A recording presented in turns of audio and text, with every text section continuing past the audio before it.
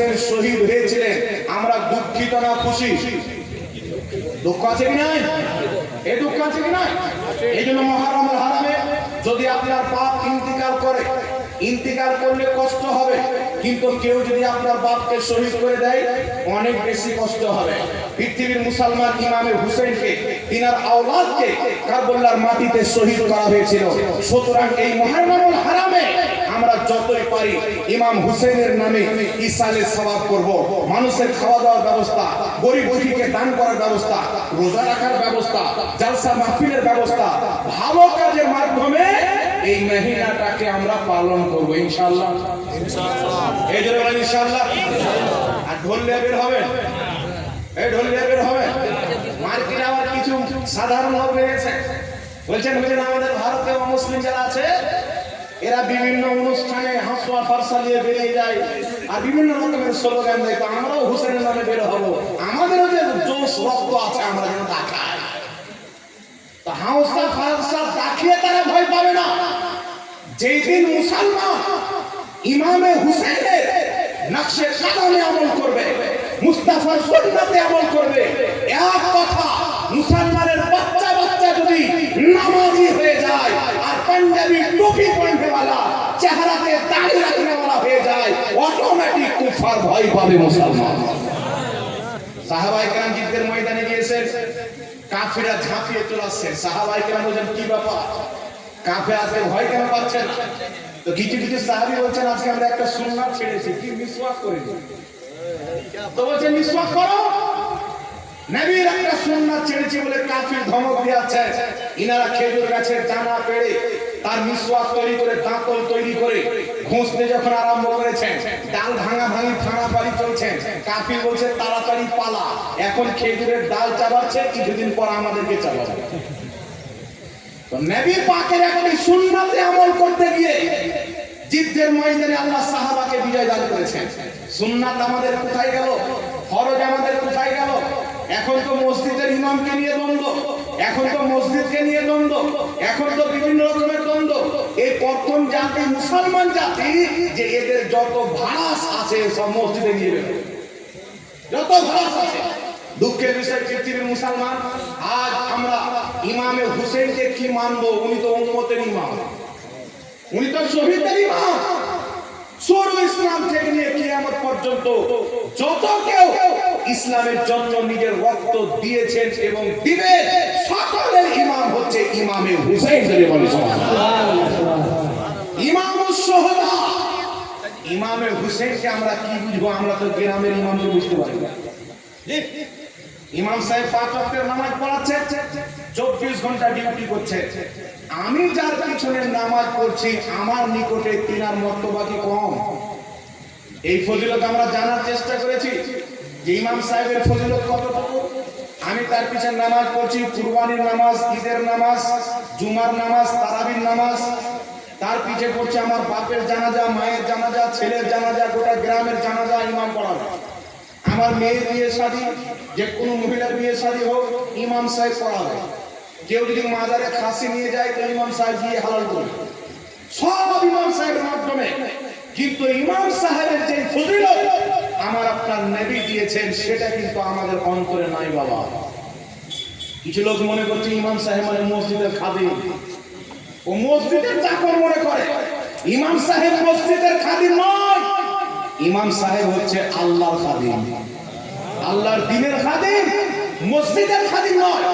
আপনি ইমাম সাহেবকে যদি বলেন ইমাম সাহেব বাথরুম সাফ করবে, ইমাম সাহেব ট্যাঙ্কি সাফ করবে, ইমাম সাহেব উজুখানা ঝাড় দেবে, ইমাম সাহেব লোটা কোথায় আছে, আপনার মসজিদের লোটা যদি কেউ চুরি করলে আপনি ইমাম সাহেব কেন বলবেন লোটা কোথায় আছে? ইমাম সাহেবকে বলবেন বাথরুম সাফ করতে হবে, ট্যাঙ্কি ইমাম সাহেব সাফ করবে। উনি ইমাম কোথায় থেকে এসছে দেখেন, আমার মাথায় দেখছেন এটা হলো আমামা, আমামা থেকে এসছে ইমাম। ইমাম হলো মাথার তাজ। ইমামের জিম্মা মসজিদ ঝাড় দেওয়া নয়, ইমামের জিম্মা বাথরুম সাফ করা নয়, ইমামের উপরে এটা জিম্মেদারি নাই যে সে লোটা কোথায় আছে দেখবে। ইমামের কাজ হচ্ছে 5 ওয়াক্তের নামাজ পড়া আর মুসাল্লিকে নিজের বক্তব্যের মাধ্যমে ভালো শিক্ষা দেওয়া, সুবহানাল্লাহ, দ্বীনের কথা বলা। আর আপনি যদি মনে করেন যে না ইমাম সাহেবকে বাথরুম সাফ করার জন্য রেখেছি, তাহলে বাথরুম সাফ করে নামাজ তার পিছু করিয়ে দিন। কিন্তু নচেত খোদা আল্লাহর ওয়াস্তে ইমাম সাহেবের ইজ্জত আমাকে আপনাকে বুঝতে হবে। মসজিদের ইজ্জতকে যদি না বুঝি, আজকে আমার মোবাইলে একটা পেপার এসে উত্তরপ্রদেশে একজন ইমাম 4 তালা মসজিদে ফাঁসি দিয়ে মরেছে। দীর্ঘদিন থেকে বলছে বেতন বাড়ান বেতন বাড়ান, গ্রামের লোক বেতন বাড়াচ্ছে না, কমিটির লোক অনেক কাজ হয়ে গেছে, ওর বেতন ছিল মাত্র 4,500 টাকা। বেচারা সংসার চালিয়েছে ধার করে, কয়েক লাখ টাকা যখন কাজ হয়েছে পাওনা হয়েছে, লোকজন তার কাছে যখন চাপ দিয়ে চাইতে লেগেছেন, বাধ্য হয়ে ফাঁসি দিয়ে দিয়েছে। কিন্তু সমাজের লোক, এত কিছু কিছু সমাজের লোক নিকৃষ্ট আছে, ওর 10 টাকা বেতন বাড়ায় না। আলহামদুলিল্লাহ, বেশি দূর আপনাকে যেতে হবে না। সামান্য বীরভূমের মাটিতে একজন হাফিজ সাহেব দীর্ঘ বছর থেকে ইমামতি করেন। এলাকার লোক দেখছেন সাইকেল নিয়ে বাড়ি থেকে আসছেন যাচ্ছেন, গ্রামের লোক টাকা উঠিয়ে ইমাম সাহেবকে মোটর সাইকেল কিনে দিয়েছে। বম্বের মাটিতে ইমাম সাহেব 40 বছর ইমামতি করার পর যখন বয়স্ক হয়ে গেলেন, বয়োজ্যেষ্ঠ হয়ে গেলেন, তিনি বললেন আমি আর ইমামতি করতে পারবো না। তখন ইমাম সাহেবকে তিনারা হাতে প্রায় 10 লক্ষ টাকা ক্যাশ আর প্রতি মহিনা উনি যতদিন বাঁচবেন 10,000 টাকা করে পেনশন হিসেবে বেতন সমাজের লোক থেকে তাকে দিচ্ছেন।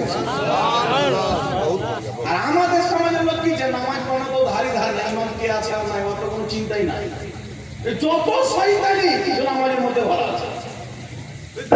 ইমাম সাহেবের মন্দিরে কেন দাগ লেগে গেছে? ও নামাজ পড়তে যাচ্ছে না, ইমাম সাহেবের দাগ চেক করতে যাচ্ছে। খবরদার মুসলমান, ইমাম হচ্ছে মাথার তাজ। ইমামকে ইমামের জায়গাতে রাখবেন, ইমামকে ইমামের জায়গাতে রাখবেন।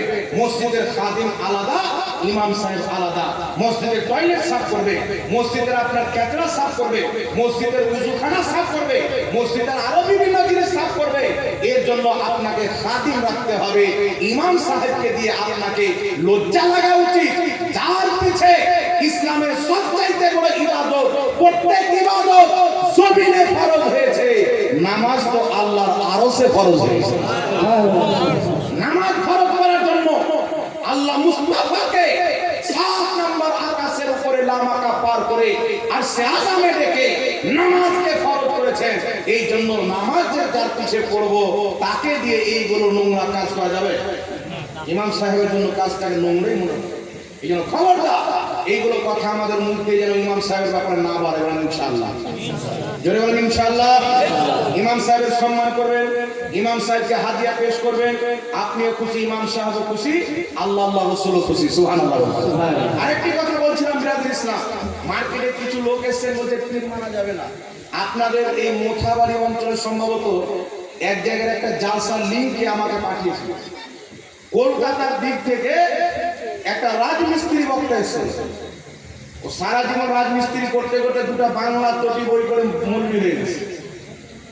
ওর সামনে কেউ যদি আমাদের নাম নিয়ে এনে খালি বলছে জাহাঙ্গীর আলম ঝাড়খণ্ড, ওর পাই আমি যে পেশা পড়ি আল্লাহ এসে ও যুক্তি দিচ্ছে। মানুষ বলে না অমুক ডাক্তারের সাথে আমার হাত আছে, অমুক ডাক্তারের সাথে আমার হাত আছে, অমুক ডাক্তারের সাথে আমার হাত আছে। তো আমার হাতটা একটা, যেমন এই কথার বাস্তবতার সাথে কোনো মিল নাই। ঘোড়ার ডিম, ঘোড়া তো ডিম হয় না। এই কথা ঘোড়ার ডিমের যেমন ঘোড়ার সাথে কোনো সম্পর্ক নাই, আর প্রত্যেক ডাক্তারের কাছে আমার হাত আছে, এই কথা যেমন বাস্তবতার সাথে মিল নাই। বলছে পীরের ইসলামের সাথে কোনো সম্পর্ক নাই। তো ভারতে ইসলামটা কি ওর বাপ প্রচার করে? ভারতে ইসলাম কে প্রচার করেছে? এই ভারতবর্ষের মাটিতে মঈনুদ্দিন চিশতির মতন যদি পীর না আসতো, নিজামুদ্দিন আউলিয়ার মতন পীর যদি না আসতেন, বাবা ফরিদগঞ্জের সরকারের মতন যদি পীর না আসতেন, দাতা আলী হুজুরের মতন যদি পীর না আসতো, বর্তমান যে ওয়াহাবি বলে পীর মানা যাবে না, আল্লাহর কসম খেয়ে বলি তারা মসজিদে থাকতো না, সবাই মন্দিরের ঘন্টা বাজাতো, মূর্তি পূজা করতো।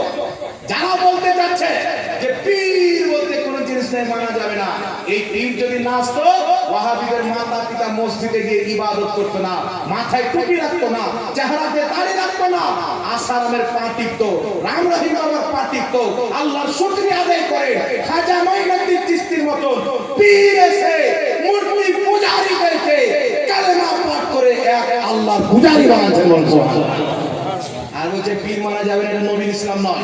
এই জন্য পৃথিবীর মুসলমান একটু লক্ষ্য করে শুনেন, কয়েকটি রেফারেন্স আপনাকে দিয়ে দিই, প্রথম পীরের গুরুত্ব আপনাকে বুঝিয়ে দিচ্ছি, তারপর পীরের কি কি পদ্ধতি ভাবে সম্মান করা যাবে। বর্তমান জামানায় কিছু লোক বেরিয়েছে বলছে এরা পীরকে সাজদা করে। কেউ যদি পীরের কদম বসি করে, কদম বসি বুঝেন তো আপনারা, কথা বলে, কেউ যদি পীর সাহেবের কদম বসি করে, আওলাদের রাসূল এসেছেন তার কদম বসি যদি করে, হাতকে যদি চুমুন দেয়, তো ওয়াহাবিরা বলে শিরক হয়ে যায়।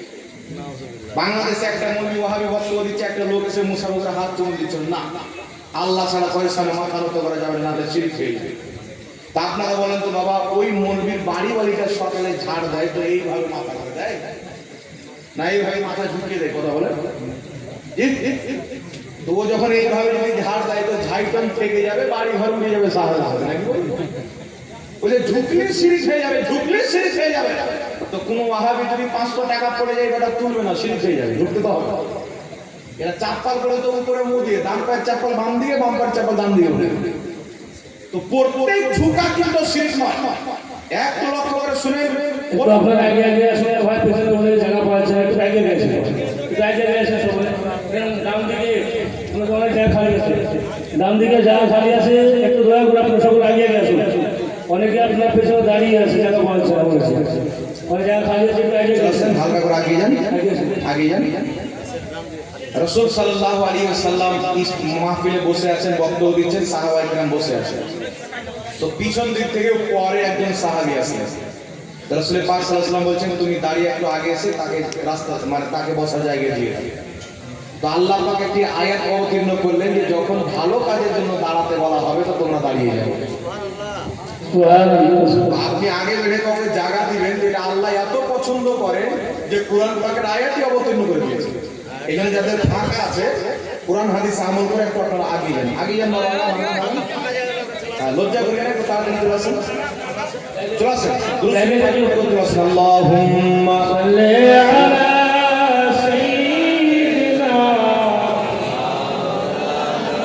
মুহাম্মাদ ওয়া আলা